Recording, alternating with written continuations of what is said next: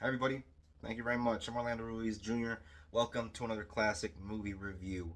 I am talking about the third Dirty Harry movie. It came out in 1976, once again starring the legendary Clint Eastwood as Inspector Dirty Harry Callahan, The Enforcer, directed by James Fargo, who also directed Clint Eastwood in his 1978 classic Any Which Way But Loose.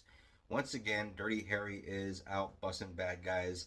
This time around, not using that 357 Magnum that was made very famous by the first film. This time around, Harry decides to go with the 44 Magnum. Very powerful handgun, very loud. It's very impressive to see him wield that thing. Usually, whoever's on the receiving end doesn't end up too well for whoever that is. And in this one, Harry is having a tough time with his partners, usually does in these movies. And it seems like at the very beginning of the movie, he has a cool partner that he enjoys as far as their company, anyway. And we see a really cool intro with this robbery taking place. Once again, Harry has to step in and, be the hero. In this movie, the big threat to the good people of the city by the bay is something called the People's Revolutionary Strike Force, which is a group of domestic terrorists in San Francisco. When Harry gets to investigating their crimes, his captain takes it upon himself to just decide that their crimes are being done by black militants. And of course, Harry knows that it's not black militants, and he finds out what's really going on, but his captain is trying to do all kinds of other stuff and trying to basically beat Harry to the punch to solve the case, when in fact Harry is on top of things as usual. Not only is Harry on the case, but they also try to give him a partner that is not to his usual liking, because Harry has to deal with the changing of the times, the progress, women's liberation, and so they give him a female partner. And of course, Harry is opposed at first. Harry's new female partner in this movie is played by actress Tyne Daly, who went on to star in the classic cop show Cagney and Lacey as Mary Beth Lacey from 1982 to 1988. And in this movie, she plays the role of Kate Moore, a very inexperienced cop. I enjoy all the scenes with Eastwood and Tyne Daly's character. I think their scenes are very well written and entertaining, and it's cool to see just a different approach to having him paired up with somebody, because usually in the first two movies he's always paired up with another dude, and so having his partner be a female, kind of showing that times are changing. You do see a different side to his character in this movie, and it's also just kind of nice change of pace. And I do like her character. As a California native, I usually get a kick out of watching these Dirty Harry movies because they're all shot on location in San Francisco, and they always use their locations to the max in these movies and always make them look beautiful in terms of the landscape with the Golden Gate Bridge in the background a lot of the times with the wide shots of the city. But you really get to see a lot of neighborhoods in these movies, and it's always kind of cool to watch these movies and kind of take a look at the Embarcadero or just certain streets. The second movie, you had that chase on Lombard Street. This one, we get a finale in Alcatraz. Pretty awesome stuff. This movie has at least three big action scenes.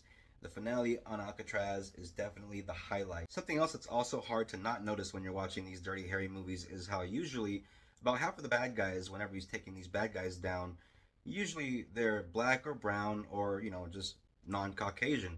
Every now and then he takes down some Caucasians, but, for the most part, they really depict minorities in these movies as being like pimps or robbers or just, low lives. And so there is that part of it that is just a part of the times. I think this is a very solid and entertaining Dirty Harry movie. However, if there's any flaws with this one, it's the villain. Definitely has the villain problem.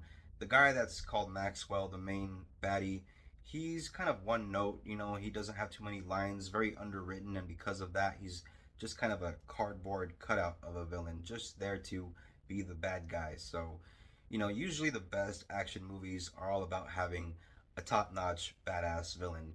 This one definitely falls short of that. If there's one thing that these first three Dirty Harry movies all have in common, it's that whenever you watch these classics, you can definitely feel this vibe of the times changing, the progress happening in society from the first movie onto the second and the third. There's always a little bit of an evolution going on with the world, and the character of Harry Callahan in these movies and the films themselves are reflecting that with each movie. Something else I personally love about the character of Dirty Harry Callahan is that not only is he a take charge kind of guy, but he doesn't mind pointing out the flaws in the American legal justice system. In each of these movies, he shows plenty of disdain for the way all the bureaucrats handle things. And because he's a man of action, I think us guys get kind of a cathartic kind of experience from watching this guy take down bad guys, because we all wish we could be the one to be the hero and step in and save the day. I'm a sucker for these movies. Dirty Harry, The Enforcer, 1976. I give it 3.5 stars. Yeah, has a weak villain, but everything else in the movie is top notch. Great action, great characters, solid directing, solid all the way through. Since The Enforcer is a Warner Brothers film, because Dirty Harry is a Warner Brothers series, most likely you can find it on Max since they have a lot of Warner Brothers titles. But if you want to get yourself a hard copy, never a bad thing in my book. I'm a hard copy kind of guy. This is my copy of a double feature set with the third film and the fourth film, which I am blocking out right now, but because I got my thumb over that one. But yeah, it's kind of awkward because I could do it with my right hand, but then I'll be blocking Clint's face, so I'm gonna do it with my thumb here like this. The Enforcer, 1976. Thank God I'm done because it's getting really hot in this room. In the words of Mrs. Doubtfire, mountain like a snow cone in Phoenix. So thank you very much for watching this classic movie review. I always appreciate it.